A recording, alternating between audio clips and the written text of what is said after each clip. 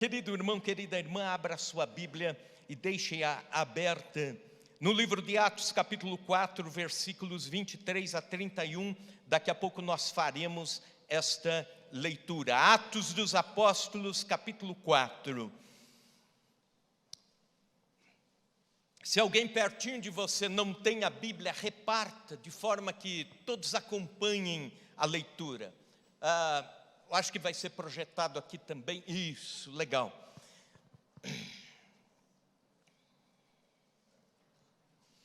Eu quero falar hoje sobre o tema, a oração assertiva da igreja. Repita comigo, a oração assertiva da igreja. De acordo com o estudioso, comentarista bíblico Herbert Lukeyer, ele escreve dizendo que na Bíblia Sagrada existem 650 orações descritas. Algumas orações são mais contundentes, como a oração de Jonas no ventre do peixe, ou como a oração desesperada de Abacuque, quando ele diz: até quando, Senhor, chamarei e tu não me ouvirás? Até quando o teu silêncio? Ou algumas orações regadas de adoração, como a de Salomão, quando inaugura o templo, e aí ele ora a oração retórica da Bíblia, que ocupa uma página inteira das Sagradas Escrituras, e essa oração se torna referência para o povo de Deus orar, inclusive pela nação. Algumas orações são cheias de culpa, como Davi no Salmo 51, que ele chora os seus pecados dizendo: os meus ossos estão esmagados por causa do meu pecado. Algumas orações são fracas, como a de um pai exausto, decepcionado, que chega aos pés de Jesus e disse: Senhor, ajuda-me na minha incredulidade. Algumas orações são abnegadas, como a de Jó, quando ele sofre, e mesmo assim ele ora por seus amigos que não o compreenderam, e diz a Bíblia que quando ele ora pelos amigos, a sua vida é restaurada, o seu sofrimento se vai. Mas há uma oração coletiva na Bíblia Sagrada que muito me chama a atenção, porque é a oração da igreja toda, é a oração do povo de Deus, é a comunidade levantando a voz aos céus, ao trono de Deus, pela nação e pela comunidade e pela fé, pelas circunstâncias em que eles oram, pela forma em que oram, pelo resultado da oração, é que eu chamo de uma oração assertiva, isto é, uma oração eficaz, objetiva, uma oração bem dirigida, com alvo definido. E esta oração está nestes versos da Bíblia. Acompanhem comigo. Uma vez soltos, procuraram os irmãos e lhes contaram quantas coisas lhes haviam dito os principais dos sacerdotes e os anciãos. Ouvindo isto, unânimes, levantaram a voz a Deus e disseram: Tu, soberano Senhor, que fizeste o céu e a terra e o mar e tudo que neles há, que disseste por intermédio do Espírito Santo, por boca de Davi, nosso pai, teu servo. Porque se enfureceram os gentios e os povos imaginam coisas vãs? Levantaram-se os reis da terra e as autoridades ajuntaram-se a uma contra o Senhor e contra o seu ungido. Porque verdadeiramente se ajuntaram nesta cidade contra o teu santo servo Jesus, ao qual ungiste Herodes e Pôncio Pilatos, com gentios e gente de Israel, para fazerem tudo o que a tua mão e o teu propósito predeterminaram. Agora, Senhor, olha para as suas ameaças e concede aos teus servos que anunciem com toda a intrepidez a tua palavra. Enquanto estendes a mão para fazer curas, sinais e prodígios por intermédio do nome do teu santo servo Jesus. Tendo eles orado, tremeu o lugar onde estavam reunidos. Todos ficaram cheios do Espírito Santo e com intrepidez anunciavam a palavra de Deus. Pedro e João, em nome de Jesus, operaram um milagre, a cura de um paralítico à porta do templo, a porta chamada Formosa. A seguir, houve desdobramentos. Entre esses desdobramentos, uma intensa perseguição contra a igreja. Quando Deus começa a agir através da igreja, não esqueça isso, o inimigo e o inferno começam a lutar contra a ação de Deus, contra o povo de Deus, contra a obra de Deus. E neste contexto é que eles se unem em oração. Mas eu quero levantar as características desta oração assertiva. A Bíblia registra nesses versos as palavras que eles usaram numa oração coletiva, numa oração congregacional, numa oração poderosa. E depois, no versículo 31, resultado desta oração: todos cheios do Espírito Santo, e o lugar onde estavam tremeu. Veja comigo algumas destas características desta oração. Em primeiro lugar, a oração assertiva da igreja é feita em unidade de coração. Versículo 24, a primeira parte: ouvindo isto, unânimes levantaram a voz a Deus. A forma de preservar o zelo sem a violência, a forma de preservar o espírito de igreja era orando unânimes, juntos em oração. Mas essa palavra unânimes é mal traduzida, porque não existe no português uma palavra que traduza o que vem do texto original do grego. Aparece aqui uma palavra que algumas vezes é citada no livro de Atos dos Apóstolos, uma palavra feia e comprida, chamada homotumedum. Quer dizer, eles oraram unidos de alma, unidos de espírito, apaixonadamente unidos, um propósito único, absoluto, fervorosamente unidos. Eles oraram de forma que não era apenas o estarem juntos para a oração, mas era um propósito único, eram apaixonadamente unidos na oração. E os resultados disso são abençoadores para a vida da igreja. Essa palavra, por exemplo, aparece quando os discípulos oravam esperando o Espírito Santo. E o que aconteceu? O Espírito Santo desceu sobre os 120 que estavam ali no dia de Pentecostes. Após o Pentecostes, a Bíblia diz que eles estavam diariamente unidos desta forma, homotumedum. E quando estavam unidos desta forma, a unidade era tão intensa que Deus acrescentava pessoas que iam sendo salvas, iam sendo alcançadas. Em meio a sinais e prodígios, esta palavra aparece novamente. Em meio a milagres e conversões em Samaria, esta palavra aparece novamente, este tipo de unidade ardente. Quando a liderança estava discutindo a política entre judeus e gentios, quem era mais convertido do que quem, a Bíblia diz que a conclusão foi de uma forma tão unida que eles agradaram o coração de Deus. E nesta palavra aparece novamente. A igreja precisa aprender a se unir em oração. Todos nós precisamos entender a importância disso no momento em que estamos vivendo na nossa nação, na vida da igreja, no cristianismo. Quando nós oramos de forma unida, unidos de espírito, unidos de alma, unidos de coração, os céus se abrem. E Deus não resiste a esta oração. Sabe por quê? Em Gênesis capítulo 11, versículo 6, há um texto que no mínimo é intrigante. O texto diz: e o Senhor disse, eis que o povo é um, falando lá da torre de Babel, eis que o povo é um, e todos têm a mesma linguagem. Isto é apenas o começo, agora não haverá restrição para o que intentam fazer. Quando eu me deparo com esta narrativa, quando eu me deparo com esta declaração de Deus, eu fico impressionado que o próprio Deus chega e diz: a unidade do ser humano pode muito, pode muito.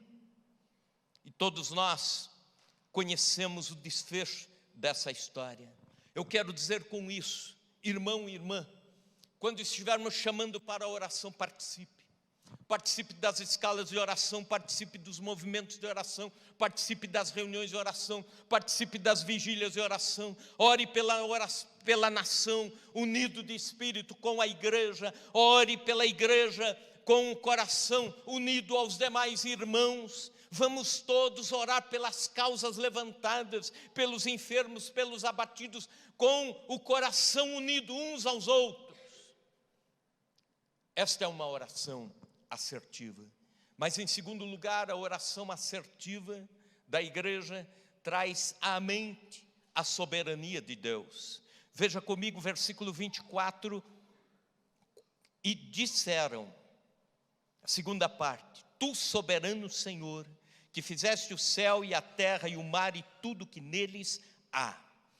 Aqui no texto grego aparece uma palavra que normalmente não aparece se referindo a Deus. Deus é chamado no Novo Testamento de Theos, Deus. Mas aqui aparece a palavra déspotes, que quer dizer proprietário absoluto de algo, de um império ou de parte do império. Absolutamente pleno em poder, poder inquestionável, dono incontestável do poder e domínio sobre um povo. Esta palavra que aparece para definir Deus, e eles oram dizendo: Deus, o Senhor é soberano sobre todas as coisas. A oração começa assim, exaltando a soberania de Deus. O sinédrio podia ameaçar a igreja, a sociedade podia ameaçar a igreja, as autoridades da época podiam ameaçar a igreja, mas Deus é maior em autoridade do que o sinédrio, é maior em autoridade do que a sociedade, é maior em autoridade do que os poderes deste mundo. Deus é Senhor do universo, Ele é o Senhor da história. Nada pega Deus de surpresa na história, nada pega Deus de surpresa na vida da igreja, nada pega, Ele é absoluto. Satanás podia ameaçar a igreja, mas as portas do inferno não prevalecem contra ela. Os homens podem ameaçar a igreja, mas as portas do inferno não prevalecem contra ela. As circunstâncias podem ameaçar a igreja, mas as portas do inferno não prevalecem contra a igreja de Cristo. Ele é soberano. A W. Tozer, escritor e grande pregador que Deus já levou para o lar eterno, deixou um legado para todos os pastores de fé reformada. Ele diz: o maior problema da igreja é que a igreja pouco medita na grandeza de Deus. E porque pouco medita, e porque pouco ora sobre isso, e porque pouco ouve pregações sobre isso, nós imaginamos um Deus mais frouxo, menos soberano. Nosso Deus é quem governa todas as coisas, Ele tudo governa. E nós devemos citar isso quando cantamos, citar isso quando oramos. Precisamos declarar que Deus criou cada estrela e a chama pelo nome. Precisamos declarar que Deus exalta as nações e as humilha. Precisamos declarar que Deus é soberano, Ele dá poder aos reis da terra e Ele mesmo tira. Ele é soberano. Há séculos atrás, um movimento que infelizmente criou eco no cristianismo protestante, chamado arminianismo. Questiona a soberania absoluta de Deus, insinuando que o homem, o ser humano, tem alguns poderes de decisão, que podemos virar algumas coisas, algumas chaves, alguns botões nessa história, e podemos fazer Deus pensar diferente ou agir diferente. Mas eu quero te dizer, em nome de Jesus, nesta noite, declare e viva a soberania de Deus. Ele é Senhor da história. E Ele não somente é Senhor da história, mas Ele escreve a história. Soberano. Na vida da igreja, soberano. Sobre Chapadão do Sul, soberano. Sobre o nosso país, Ele é soberano. Sobre o universo, soberano. Aquilo que continuamente declaramos em oração, passa a fazer parte do nosso cotidiano, passa a entrar nos nossos valores de fé. Há um historiador que talvez seja o maior nome nos dias de hoje, chamado Justo Gonzalez. Ele diz o seguinte, que as doutrinas evangélicas, as doutrinas de fé, elas não surgiram dos gabinetes dos teólogos, surgiram da igreja. A igreja orando, a igreja cantando, a igreja pregando, a igreja ouvindo, a igreja refletindo. E do meio desses valores se destacam alguns e que vão ser melhor estudados, sistematizados e assim por diante. Querido irmão, querida irmã, restauremos o hábito de dizer: Deus é soberano, e crer absolutamente nisso. Quando a igreja declara a soberania de Deus, ela não precisa temer a violência dos governantes, ela não precisa encolher-se diante de uma sociedade que respira ódio contra o cristianismo ou até desdém e desprezo.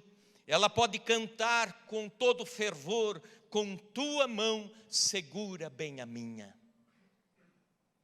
Quando a reforma protestante começou a criar corpo no século XVI, o movimento varria toda a Europa.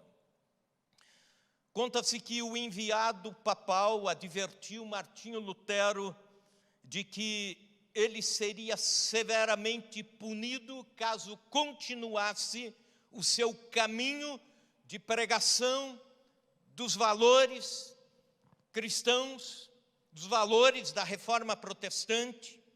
Ele poderia ser julgado e morto. Esta era a advertência.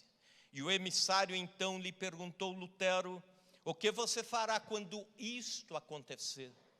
E Lutero respondeu com muita segurança: quando isto acontecer, então, como agora, eu estarei nas mãos de um Deus que é soberano. Querido irmão, querida irmã, quando as lutas vierem, as tribulações vierem, as perseguições vierem, você está nas mãos de um Deus que está acima, soberano, absoluto, é o teto dos tetos. Terceira característica, a oração assertiva da igreja é fundamentada na palavra de Deus. Veja comigo os versículos 25 e 26. Aqui há uma repetição do Salmo 2. Que disseste por intermédio do Espírito Santo, por boca de Davi, nosso pai, teu servo. E agora começa a citação. Porque se enfureceram os gentios e os povos imaginaram coisas vãs. Levantaram-se os reis da terra e as autoridades ajuntaram-se a uma contra o Senhor e contra o seu ungido. A igreja conhecia a palavra e citou o Salmo 2. Eles sabiam que havia uma rebelião programada na história contra o cristianismo, contra Cristo e contra os seguidores de Cristo. Eles sabiam, pela consulta à lei, aos profetas, eles sabiam pela consulta à palavra de Deus, eles sabiam por boca de Davi, isso registrado no livro dos Salmos, de que a perseguição e a morte de Cristo era um fato na história a acontecer. Então eles não estavam admirados com a perseguição. Eles apenas citaram dizendo: Senhor, isso já estava programado para acontecer. No momento da aflição, a igreja tem que buscar subsídios na Bíblia Sagrada para orar. Não é apenas citar a Bíblia, mas estarmos fundamentados nos valores e nas promessas da Bíblia Sagrada para então orarmos e termos certeza que nossa oração está sendo eficaz por causa da palavra de Deus e das promessas do Senhor. Há cristãos que oram sem conhecer os desígnios de Deus contidos na Bíblia Sagrada. Algumas orações chegam a afrontar os ouvidos de Deus. Orar por alguma coisa que esteja contrário aos princípios citados no manual de vida que chamamos Palavra de Deus, Bíblia Sagrada, Cânon Sagrado ou Escritura Sagrada, como você quiser. Mas aqui está o certo e o errado para a nossa vida. Nestas páginas estão contidas os desígnios de Deus, os propósitos de Deus, as leis de Deus. E precisamos entender isso, para que a nossa oração não seja vã, para que a nossa oração não seja idolátrica, para que a nossa oração não seja apenas uma mandiga evangélica, não seja uma macumba gospel. Não podemos nos unir a alguns movimentos que oram de uma forma tão rasa, buscando a Deus algumas coisas para o próprio deleite, para a própria vida, para a própria glória, para o próprio ego.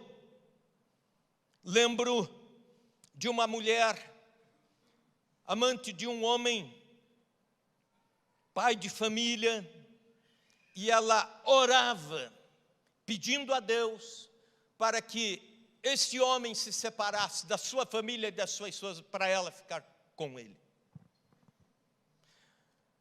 Assisti uma reportagem sobre o crime organizado há uns 15 anos atrás ou mais, e os ladrões se preparavam, se armavam para descer os morros do Rio de Janeiro, com armas pesadas nas costas, armados até os dentes. E o repórter pediu para que eles fizessem a reportagem de uma forma secreta, preservando a identidade e tudo mais, e fizessem assim, um pequeno teatro daquilo que acontece antes de um assalto a banco. Talvez alguns aqui assistiram pela Rede Record esta reportagem. E esses homens armados deram as mãos, e antes de descer o morro, em carros blindados, para assaltarem, para matarem, eles oraram o Pai Nosso. Para piorar, um dos assaltantes disse: lá em casa nós todos somos evangélicos. Veja a expressão, nós todos somos evangélicos. Ele se inclui. E aí ele diz: enquanto eu estou indo lá para trabalhar, minha mãe está de joelhos dobrados, orando por mim, para que a polícia não nos pegue. Todos nós assistimos estupefados. Algum tempo atrás, alguns anos atrás, não me lembro quando isso aconteceu, um assessor de um deputado encher a meia com o dinheiro sujo da corrupção, das propinas, e fazer a distribuição daquele dinheiro num gabinete, e ainda orar a Deus para que aquele dinheiro fosse usado de forma abençoada. Isso é oração que afronta o coração de Deus. Isso é oração fetichista. Este tipo de oração é levantada por gente que não conhece a Bíblia nem os desígnios de Deus. E esta oração da igreja é atendida por Deus, porque a igreja começa orando e citando as Escrituras contextualizadas com o tempo em que estavam vivendo. Uma igreja precisa ter prazer em conhecer as Escrituras sagradas e, quando ora, falar com Deus, não apenas citando os princípios de Deus, mas estando envolvido neles. Quarto lugar, a oração assertiva da igreja reconhece que a maldade humana não frustra os desígnios de Deus. Veja comigo versículos 27 e 28. Porque verdadeiramente se ajuntaram nessa cidade contra o teu santo servo Jesus, ao qual ungiste Herodes e Pôncio Pilatos, com os gentios e gente de Israel, para fazerem tudo o que a tua mão e o teu propósito predeterminaram. As trevas odeiam a luz. É até desnecessário dizer isso. Quando se trata de combater o bem, o mal reúne todas as suas forças numa coalizão do inferno para lutar contra os princípios de Deus, o povo de Deus, a igreja de Deus. Herodes e Pilatos eram inimigos. Eles não se bicavam, não se falavam, mas quando se tratou de condenar Jesus, eles se falaram e entraram num acordo. Fizeram amizade para condenar Cristo. Os judeus e gentios eram inimigos, mas quando se falou em perseguir a igreja de Cristo, eles se juntaram. Romanos e judeus, juntos, perseguindo, juntos lutando pela causa. Não obstante toda esta orquestração, os planos e propósitos de Deus não são frustrados. O mal não frustra os projetos de Deus. Satanás não frustra os desígnios eternos de Deus. Nós temos uma visão errônea como cristãos. Por vezes nós imaginamos, escute isso, por vezes nós imaginamos erroneamente que Deus e Satanás estão lutando em pé de igualdade. E aí a gente então torce por Deus em oração e ora, e aí Deus vai vencendo. E se a gente parar de orar, e aí Satanás vai vencendo. A isso nós chamamos de dualismo. Mas Satanás não é criador, ele é criatura de Deus. Deus se impõe como soberano e criador, inclusive sobre ele. A oração assertiva da igreja reconhece que a maldade humana não frustra os desígnios de Deus. Quinto lugar, a oração assertiva da igreja não pede pela cessação da oposição, mas poder para testemunhar em meio à oposição. Versículo 29. Agora, Senhor, olha para as suas ameaças e concede aos teus servos que anunciem com toda a intrepidez a tua palavra. Observe que a igreja pediu, olhe para as ameaças e concede que preguemos a palavra com intrepidez. Eles não pediram o contrário, dizendo para Deus, cesse as ameaças. Eles disseram, Senhor, olhe, Senhor, está em tuas mãos, mas a prioridade é que a tua palavra seja pregada. Por vezes, como crentes, nós esquecemos disso em nossas orações. Orações individuais, orações coletivas. Oramos pelo nosso bel prazer, oramos por aquilo que nos faz bem, oramos por valores desta vida, oramos por questões que pouco têm a ver com a glorificação do nome de Cristo na cidade, na sociedade ou na nação. A realidade é que o povo cristão do século 21 ora a Deus pedindo a cessação da oposição, a cessação da aflição, a cessação da provação. E pouco pede, ou nunca pede, para que a palavra de Deus seja anunciada com intrepidez, pela própria igreja, pelos irmãos, pelos pastores, pelos missionários, pelos ministérios da igreja. E isso nos leva a um tipo de cristianismo com valores invertidos. Igrejas que oram para que Deus autentique a teologia da prosperidade em detrimento ao evangelho da cruz.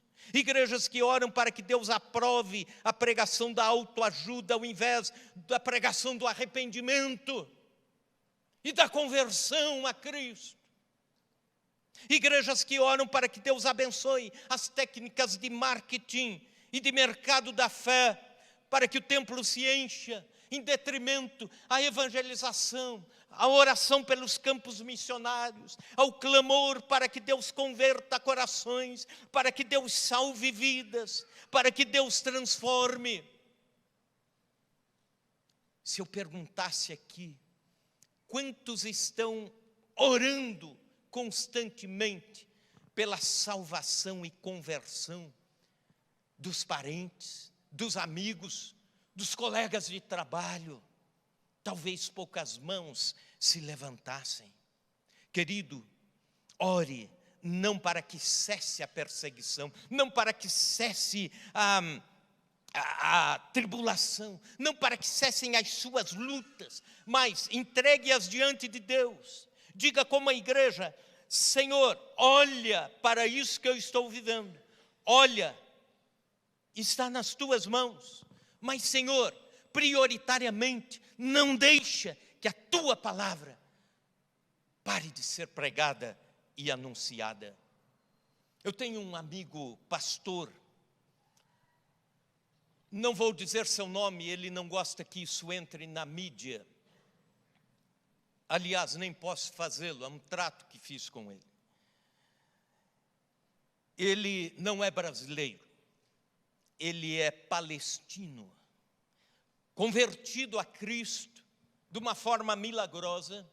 Deus o chamou no ano de 1986 para pregar o evangelho entre os irmãos da sua terra, entre muçulmanos, palestinos, pessoas pobres dos campos de refugiados, gente oprimida pelo Islã. Ele mesmo sofreu muitas perseguições.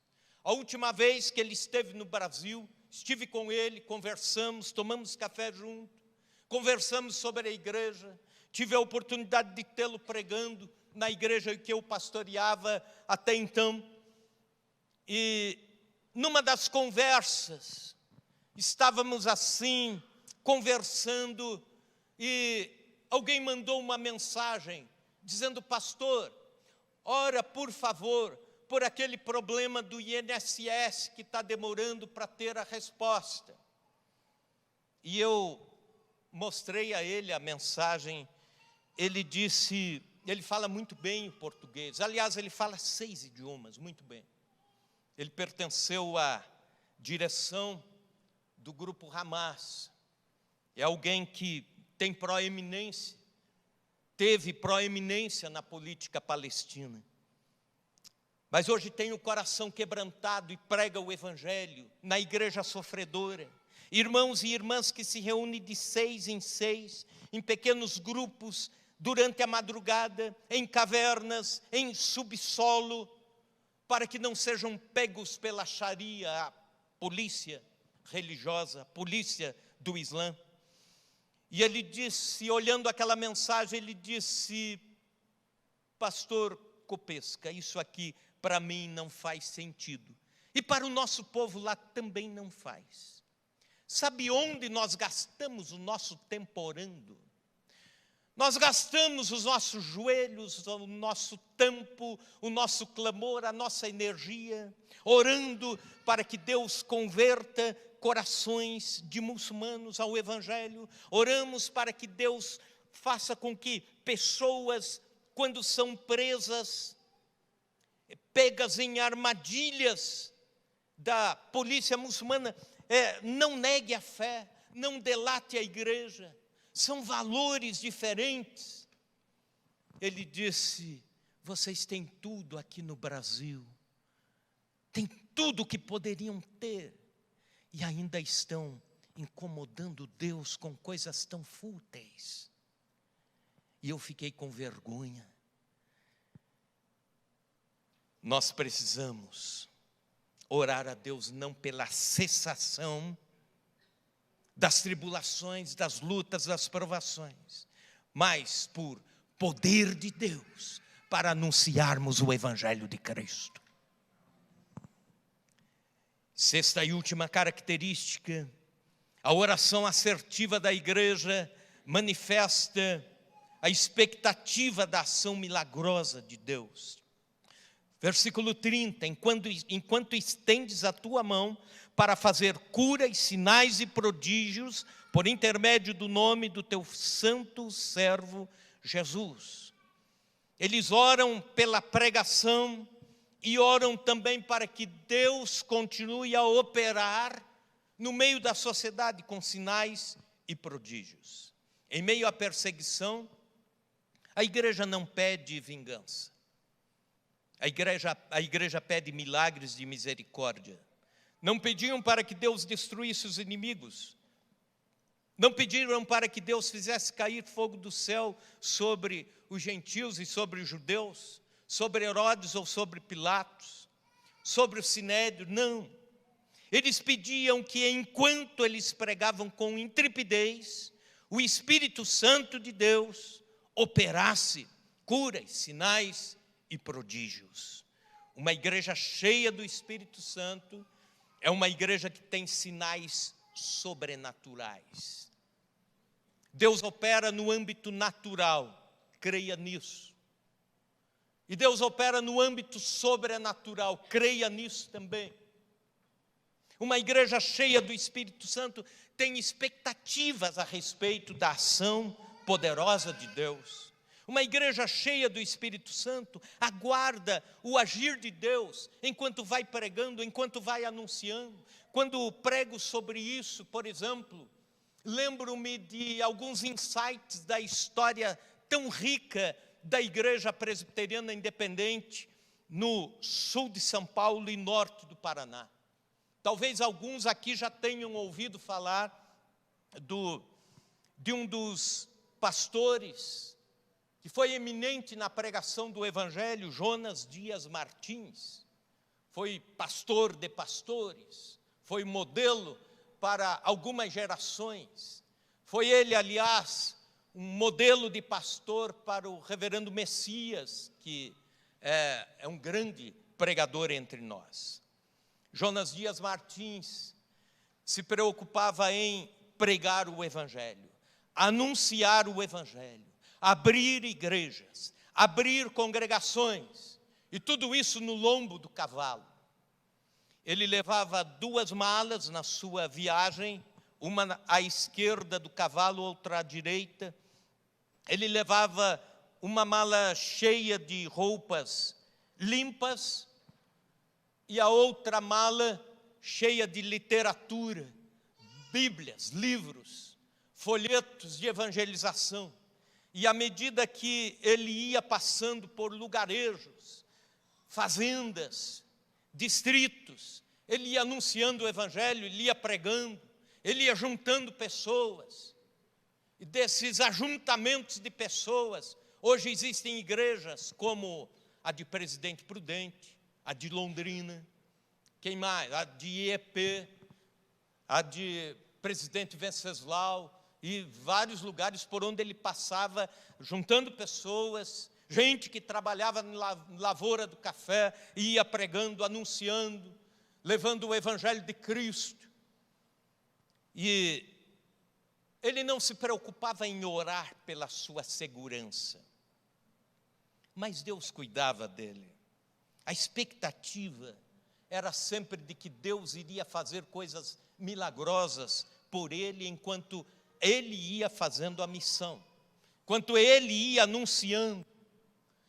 Houve uma situação em que reverendo Jonas Dias Martins ia de uma fazenda para outra.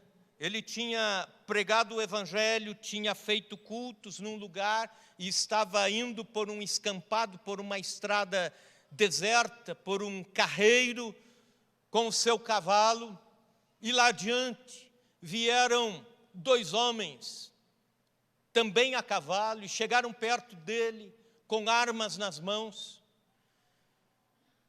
E o reverendo Jonas sempre, não obstante andar a cavalo, ele andava bem vestido, terno preto, camisa branca, sapatos bem lustrados, um chapéu estiloso, cavalo bem cuidado, e imaginaram que ele tinha dinheiro.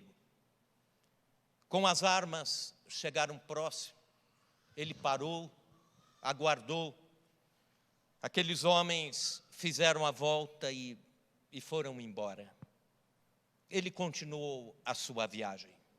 Alguns dias depois ele passava por um determinado vilarejo ali perto, pregando o evangelho, anunciando que teria culto num determinado salão. E aqueles homens chegaram para falar com ele. Disseram: pastor, nós somos aqueles 2 homens que estávamos armados aquele dia, lá naquela estrada da fazenda. Nós iríamos assaltá-lo, nós iríamos roubá-lo. Se necessário fosse, iríamos atirar. Estávamos armados. Não sabíamos que era o Senhor.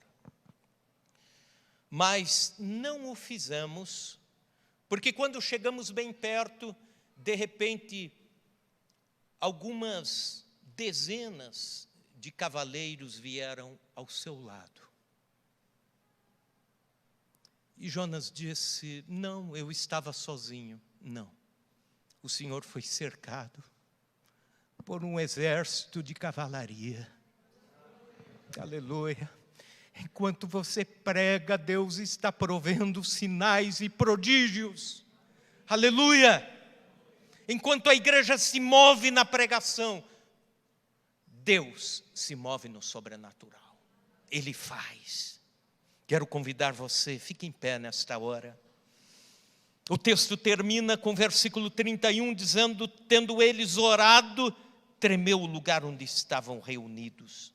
Todos ficaram cheios do Espírito Santo e com intrepidez anunciavam a palavra de Deus.